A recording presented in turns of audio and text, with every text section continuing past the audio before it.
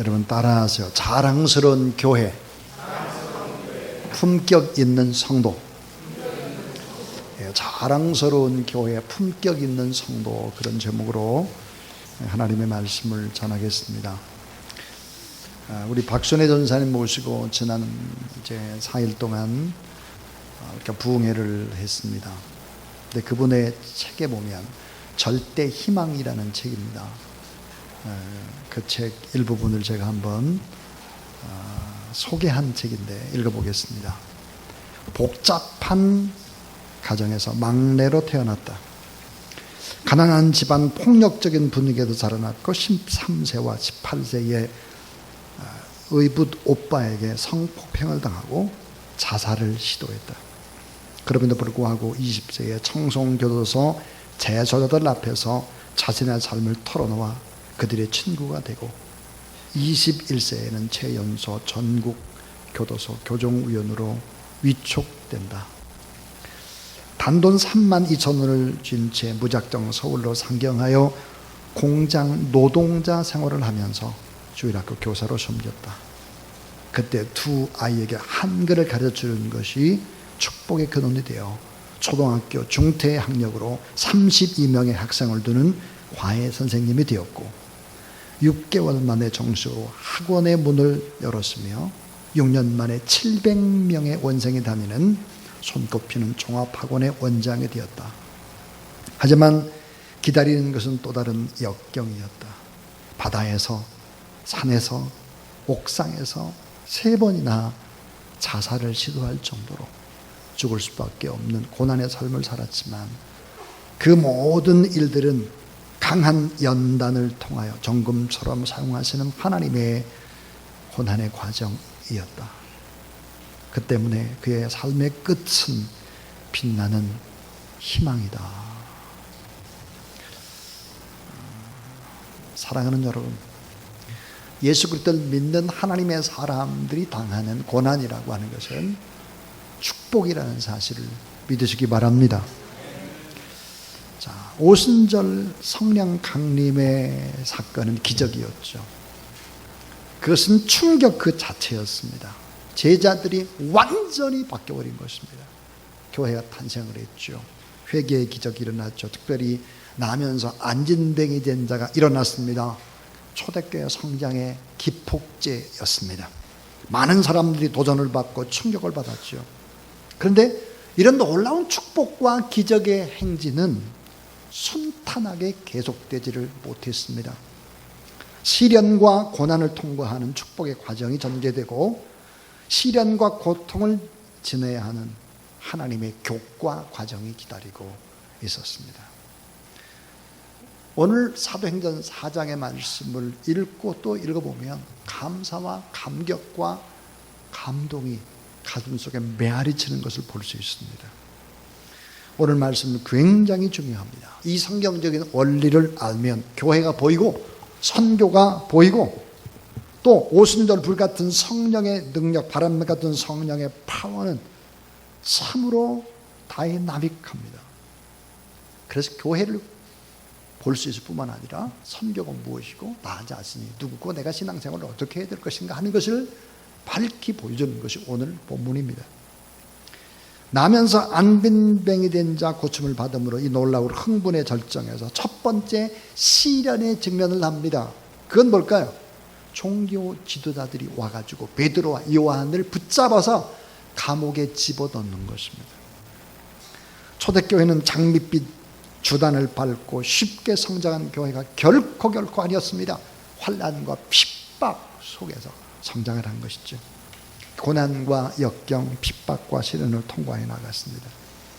여기에 또 다른 신비적인 기적이 섬겨져 있습니다. 자, 한번 잘 생각해 보십시오. 어떻게 초등학교 3학년밖에 나오지 않은 박순애 전사님이라는 이분을 통해서 하나님이 위대한 일들을 행하실까? 어떻게 갈릴리의 촌동네의 사람들, 많이 배우지 못한 사람들, 어부 같은 사람들, 이런 이방의 땅 흑암의 갈릴리의 사람들을 하나님이 선택하고 예수 그리스도를 통해서 훈련을 받게 하고 성령의 강림의 역사를 통해서 복음이 증거되게 할까 하는 것입니다. 참 놀라운 얘기죠, 이게. 사도행전 4장 1절에 보면 사도들이 백성에게 말할 때 제사장들과 성전 맡은 자와 사두개인들이 이르러 예수 안에 죽은 자의 부활이 있다고 백성을 가르치고 전함을 싫어하여 그랬습니다. 제사장들, 성전 맡은 자들, 사두개인들, 즉 유대교의 지도자들이 예수 그리스도를 십자가에 못 박혀 죽도록 만든 그 장본인들이죠. 이들이 공격해 온 것입니다. 이 같은 상황 속에서 베드로와 요한이 감옥에 갇혔습니다. 엄청난 시련이죠. 이런 시련 속에서 하나님은 어떻게 역사했을까 하는 거예요. 여러분, 지난 한 주간 동안 어떻게 살아오셨습니까? 세상 가운데서 얼마나 많이 지쳤습니까? 얼마나 많이 힘들고 내 앞길이 어떻게 될까라고 하는 고민과 갈등 속에 살아왔습니까? 근데 오늘 이 성경의 말씀은 우리에게 교훈을 주지요. 그게 뭘까요? 첫 번째는 따라하세요. 고난 속에 더 뜨거워지고 더 부흥하는 기적. 자, 고난 그 자체가 축복이었다. 고난 때문에 더 뜨거워지고 고난 때문에 더 부흥하더라는 거예요. 심령이 뜨거워졌을 뿐만 아니라 교회는 더 부흥하더라는 거예요. 베드로가 감옥에 갇혔습니다. 예수 그리스도의 복음을 전하던 베드로와 요한이 감옥에 갇히는 핍박이 왔습니다. 최고의 지도자가 잡혀간 것입니다. 우왕좌왕할 것 같은데 놀라운 기적이 일어납니다. 부흥의 파도가 밀려옵니다.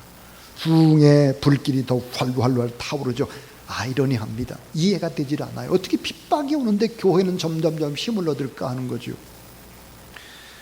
사도행전 4장 3절 보니까 그들을 잡음의 날이 이미 저물었으므로 이튿날 거두었으나 말씀을 들은 사람 중에 믿는 자가 믿으니 많으니 남자의 수가 약 5천쯤 되더라 그랬습니다. 핍박이 왔으나 잘된 거예요.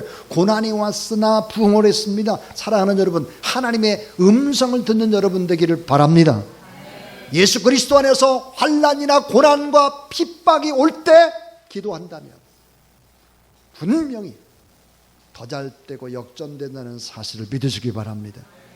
하나님이 우리와 함께 한다면 우리에게 부딪히는 어떤 시련도 어떤 실패도 핍박도 문제가 되지 않는다. 놀라운 역설입니다.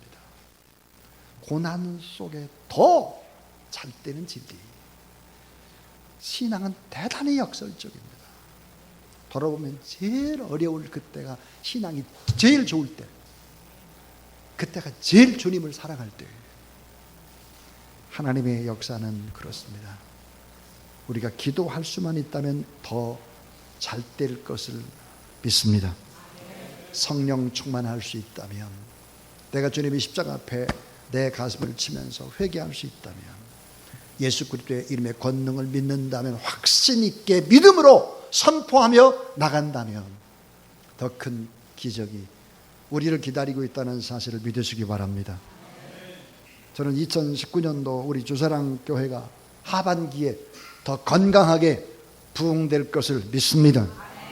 여러분이 하는 사업도 가정도 자녀들도 예수 안에서 다 잘되게 될 것을 믿습니다.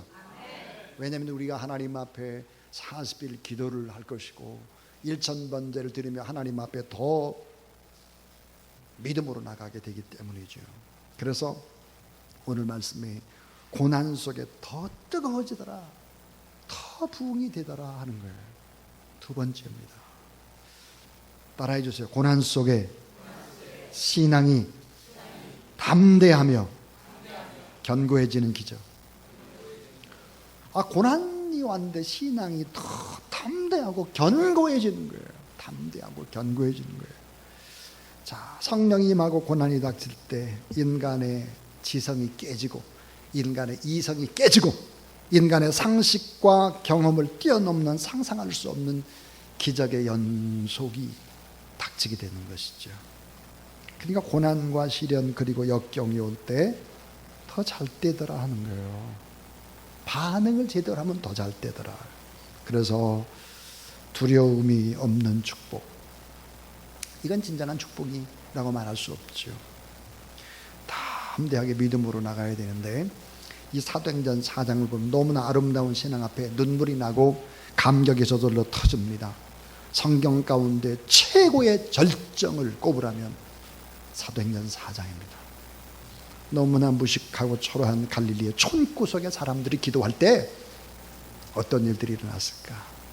사도행전 4장 6절에 보니까 대제사장 안나스와 가야바, 요한과 알렉산더 및 대제사장의 문중이 다 참여했다. 이 말이 뭡니까? 최고의 그 당시의 지성인들, 최고의 종교인들, 최고로 똑똑한 학자들, 이런 사람들 앞에서도 베드로와 요한이 굴복하지 않고 담대하게 복음을 증거할 수 있었다는 거예요. 최고의 지성들 앞에서, 당대 최고의 엘리트들 앞에서, 최고의 종교 지도자들 앞에서 자신이 만난 예수 그리스도, 자신이 믿는 예수 그리스도 이름의 능력, 그 구원의 능력, 그것을 증거하고 있는 것입니다. 하나님께서 사용하는 것이죠. 참 고통과 시련과 역경이 없이 사람들이 아름답게 변화되지를 않습니다. 짙은 그리스도의 아름다운 향내나 주님을 닮은 인격은 언제나 고난이 올 때 믿음으로 반응하며 그렇게 바꿔진다는 것을 성경은 얘기하죠. 자, 이제 마지막 세 번째 이야기입니다. 마지막 세 번째, 어떤 일들이 벌어졌을까? 따라하세요. 고난 속에 지경이 넓어지는 기적. 고난 속에 지경이 넓어져요. 고난 속에 지경이. 사랑하는 여러분, 초대 예루살렘 교회는 엄청난 고난을 겪으면서 기도로 승리합니다. 계속해서 교회는 건강하게 성장해 갑니다. 그런데 위대하신 하나님의 계획이 따로 있었죠. 높고 위대하신 전능하신 하나님을 예배하는 것으로 만족해서는 안 된다는 것입니다. 자기들끼리 좋아하는 거야. 자기들끼리 문화생활을 즐겨요. 그러면 어떻게 될까요? 자기들끼리만 좋으면 이건 집단 이기주의가 되기 때문에 결국은 썩어가게 될 것입니다. 초대 예루살렘 교회는 어땠을까요? 자기들끼리 막 즐거워하고 좋아하고 막 그럽니다. 끼리끼리. 나중에는 히브리파 유대인과 헬라파 유대인들이 교회 안에 갈라지기 시작을 하죠. 끼리끼리 뜻이 맞는 사람들이 생겨났습니다. 자기끼리, 자기 민족끼리 누리고 즐거워하는 것, 주님이 너무너무 싫어하는 것이지. 그래서 하나님은 초대 예루살렘 교회를 사방 동서남북으로 핍박을 통해서 흩어버리는 것입니다. 초대 예루살렘 교회 안에 교회가 대형화되면서 엄청난 문제들이 생겼습니다. 여러분, 대형화된 교회는 언제나 무슨 일이 있을까요? 싸움이 있습니다. 싸움. 여러분, 사랑의 교회라는 교회가 며칠 전에 밤 9시 뉴스, 헤드라인 뉴스에 나왔습니다. 그 엄청난 교회. 그 교회는 지금 두 파로 싸우고 있죠. 얼마나 많은 사람이 걱정하는지 모르겠어요. 교회 안에 싸움이 끊이지 않고 시기와 질투가 있었습니다. 자기들끼리 이전 투구가 계속됐죠. 큰 교회라고 하는 교회들이 다 그렇게 쓰러졌습니다. 광성교회 아직도 이전 투구 중입니다. 아직도. 왜 그럴까요? 자기들끼리 좋으니까 그런 거예요. 자기들끼리 수준 맞는 사람들끼리. 이게 잘못된 것이고요. 그리고 밖을 향하지 않는 교회는 썩습니다. 좋은 것을 흘려보내지 않는 교회는 나중에 악취가 나게 되고 고이게 되면 다 향기가 아니라 나쁜 냄새를 피우게 되는 것입니다. 어떻게 됐을까요? 이렇게 승승장구하던 초대 예루살렘 교회는 사도행전 7장에서 교회 안의 싸움이 고소와 고발로 이어집니다. 그래서 안수집사인 스데반이 돌에 맞아 죽게 되는 것입니다. 그러므로 하나님은 예루살렘 교회를 더 이상 두고 볼 수가 없었습니다. 그래서 핍박을 통해서 다 흩어지게 만드는 것이죠. 위대하신 하나님의 계획을 실천하지 못할 때, 높고 위대하신 전능하신 하나님을 예배하는 것으로 만족할 때 그것은 하나님의 뜻이 아니다 하는 것입니다. 자, 훈련받고 하나님의 나라 그 행복을 알았다면 낮은 곳으로 가야 하는 것이죠. 선교를 소홀히 하는 교회에 어떻게 될까요? 내부적인 갈등과 외부적인 핍박이 가중되면서 교회는 힘을 잃게 되어 있습니다. 교회가 점점 돈이 많아지고 많은 사람들이 모이고 그것을 자랑해서는 안 되는 것이지요. 교회는 좀 빚을 지더라도 계속 흘려보내고 복음을 전가할 때 강한 교회가 될 수 있는 것입니다. 자, 성령이 임하면 예루살렘에서 흩어져 나가야 정상인데 어떻게 됐냐? 교회를 키웠습니다. 비전센터를 세우죠. 교육관을 찬란하게 짓습니다. 좋은 문화 프로그램을 만들죠. 하나님은 이런 것을 원치 않습니다. 그래서 어떻게 만들었을까요? 초대 예루살렘 교회를 흩어졌죠. 그래서 안디옥으로 가게 만들고 유다가 영 가기 싫어하는 사마리아도 가게 하고 소아시아도 가고 아프리카도 가고 중동 땅도 가고 그래서 어때요? 전체 다 퍼져나갔습니다. 흩어져 나가면서 복음을 전하는 것이다. 다 성령의 인도함 따라가면서 복음의 불은 전 세계로 흩어졌다 그랬습니다. 오순절 예루살렘에 각국에 다 모여서 성령 충만과 은사와 방언을 받았던 그 사람들 결국은 다 흩어져서 고국으로 돌아갔고 복음의 지경이 폭발적으로 세계를 향해 나가게 됐다 하는 것입니다. 여러분 이 사실을 꼭 잊지 마십시오. 교회가 힘을 키우고 자기들끼리 무언가 막 하기 시작할 때 교회는 썩게 되는 것입니다. 어려워도 허리띠를 졸라매고 복음을 증거하고 그렇게 나갈 때 고난 속에 더 뜨거워지고 더 부흥하고 고난 속에 더 담대해지고 더 견고해지고 고난 속에 더 지경이 넓어지고 세계로 펼쳐져 나가는 것은 건물 있는 교회의 모습만이 아니라 예수 그리스도를 나의 주 나의 하나로 영접한 여러분이 교회라면 여러분도 똑같은 것이죠. 여러분의 삶의 어려움이나 또 힘듦이나 도저히 해결되지 않는 이런 부분들 너무 낙심하지 말고 오늘 이 원리대로 하신다면 어떻게 되겠나. 그렇게 되면 점점 힘이 있는 행복한 주의 나라를 경험하게 될 것이다. 이런 믿음을 가지고 오늘 또 승리하며 나가시고 그리고 예수 그리스도를 믿고 난 이후에 만나는 모든 괴로움과 모든 아픔과 고통은 다 축복이 될 수 있다. 믿으십니까? 하나님의 뜻이 실현되는 것입니다. 저는 부흥의 내내 그런 생각을 했습니다.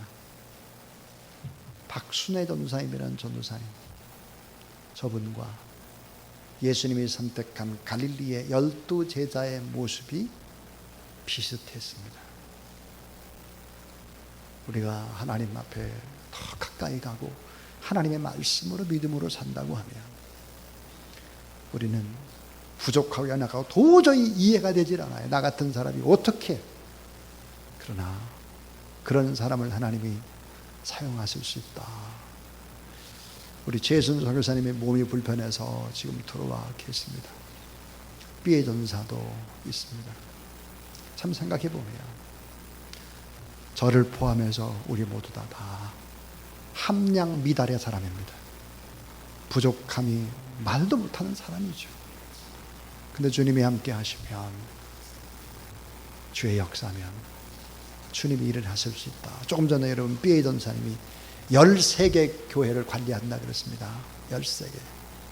삐에 전사님이라고 하는 한 사람 때문에 캄보디아에 얼마나 엄청난 일들이 벌어집니까? 자, 캄보디아의 많은 선교사님들 가운데 삐에 전사님 같이 저런 일꾼을 키워내서 그렇게 큰 일을 이루는 그런 선교사님은 전 본 적이 없습니다. 그저 건물 짓기 바쁘고 그저 뭐하기 바쁘죠. 저희 교회가 중국 선교를 쉼없이 할 수 있는 핵심의 이유는 바로 사람입니다. 사람을 키워내기 때문에 많은 어려움이 있어도 흔들림이 없는 것이죠. 여러분 자랑스러운 교회, 품격 있는 성도, 저희 교회가 참 주님이 원하는 자랑스러운 교회요. 여러분이 주님의 향기가 풍겨나는 품격 있는 성도들이 될 수 있기를 주님의 이름으로 축원합니다.